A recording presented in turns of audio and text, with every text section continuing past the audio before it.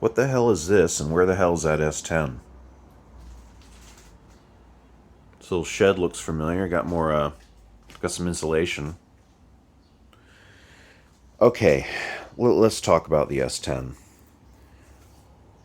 It may or may not continue life as my project car. It's it's complicated, and it just depends. If I'm going to stick around here in Spokane for the foreseeable future years, I'll probably find a way.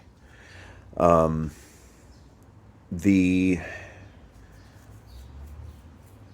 the transmission failed.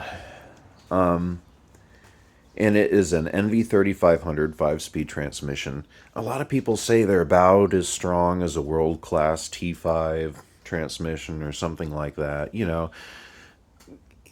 think it would be able to handle what I was throwing at it so far, but something happened. It might be a broken shift fork or something. It's just grinding in every gear. And where I left off on that truck, I had the multi-port EFI to carburetor intake manifold conversion done. So I was running my own custom EFI intake in order just to get the boost in. And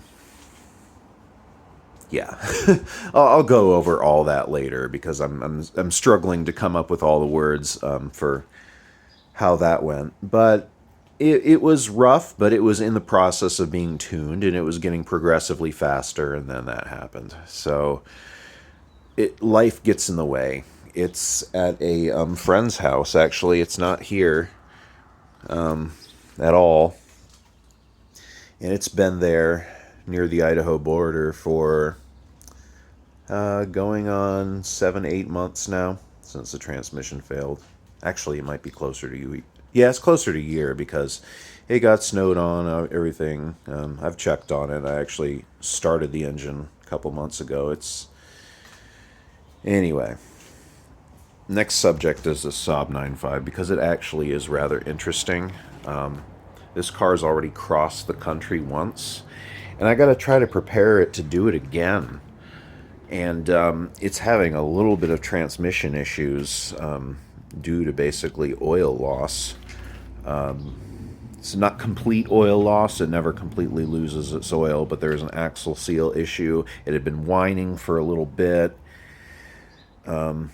Might be looking for transmission parts or another transmission in the next couple of months.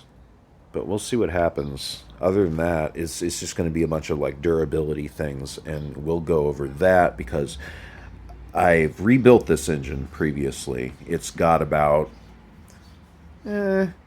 close to 20,000 miles on the rebuild, actually, because it crossed the country after the rebuild, and it's just, done a lot of commuting.